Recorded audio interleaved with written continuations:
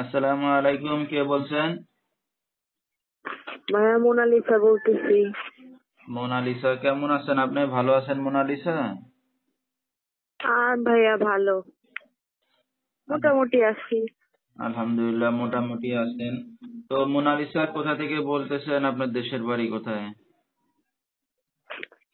দেশের বাড়ি রংপুর, থাকি এখন মিরপুর 10-এ। আচ্ছা, রংপুরের মেয়ে, থাকে এখন ঢাকা মিরপুর 10-এ। ঠিক আছে। তো কে কে আছে আপনার ফ্যামিলিতে?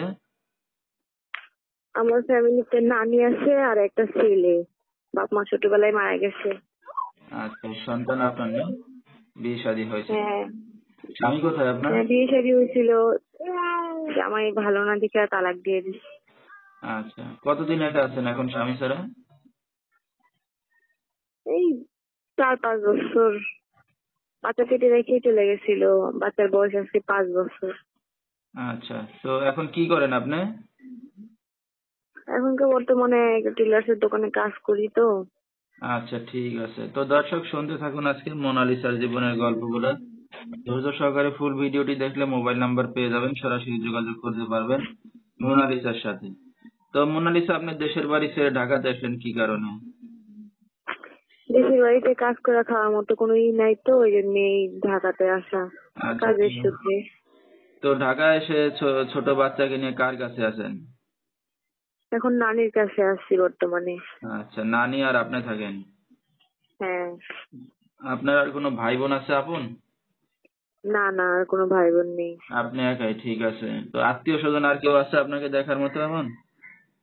না, নানিটা ছাড়া আর কেউই নাই। ঠিক আছে। তো আপনাকে বিয়ে শাদীটা কে দিছিল? আপনি নিজে করছিলেন না বাবা মাই দিছিল? বিয়ে শাদী নানি দিছিল।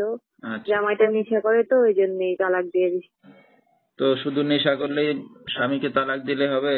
আহ, একটা মেয়ে তো মানুষের। দায়িত্ব নেয় না, খাওয়া ভাত কাপড় দেয় না, তো কিভাবে থাকবো বলেন ভাইয়া? তো বিয়ের আগে এটা দেখে শুনে আপনার নানি দিতে পারে নাই? গরিব মানুষ যৌতুক ছাড়া বিয়ে করছে, তার মধ্যে আর কত জায়গায় বাসায় করবে বলেন? আচ্ছা, আচ্ছা। তো এই যে আপনার জীবনটা নষ্ট করে ফেলে চলে গেল, আবার একটা সন্তানও পেটে দিয়ে গেছে। তো এখন এর ভরণ পোষণ করতে তো আপনার কষ্ট হচ্ছে অনেক। তো আপনার হ্যাঁ। শাশুড়ি শ্বশুরকে জানাইলেন না? না, ওনার বাপ মা ছিল না, এতিম বলেই দিছিল নানি। আচ্ছা, আচ্ছা।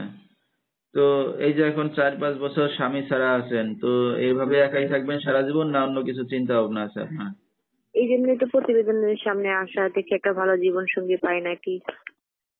আচ্ছা, জীবন সঙ্গী কেমন জীবন সঙ্গী দরকার? আপনার তো বিয়ে শাদী হয়েছে, সন্তানাদি আছে।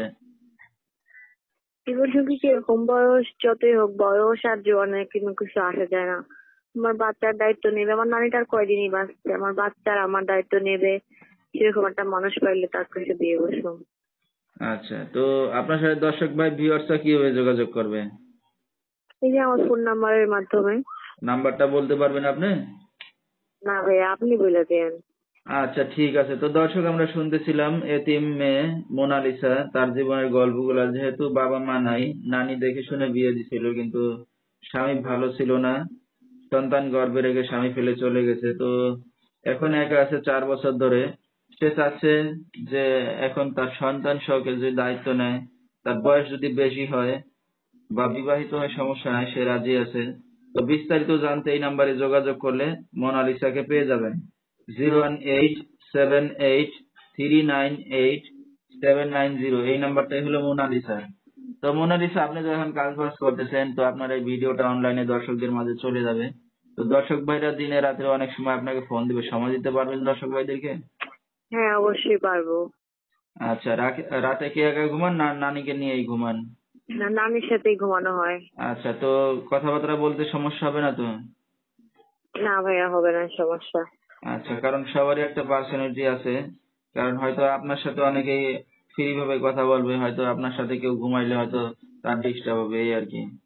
ঠিক আছে। তো আমরা অনুষ্ঠানের একবারই শেষ পর্যায়ে, কিছু বলার আছে আপনারা? না ভাইয়া, আর কি বলার থাকবে, একটা ভালো মনের মানুষ জন্যই আশায় আসছি। দোয়া করেন একটু সবাই।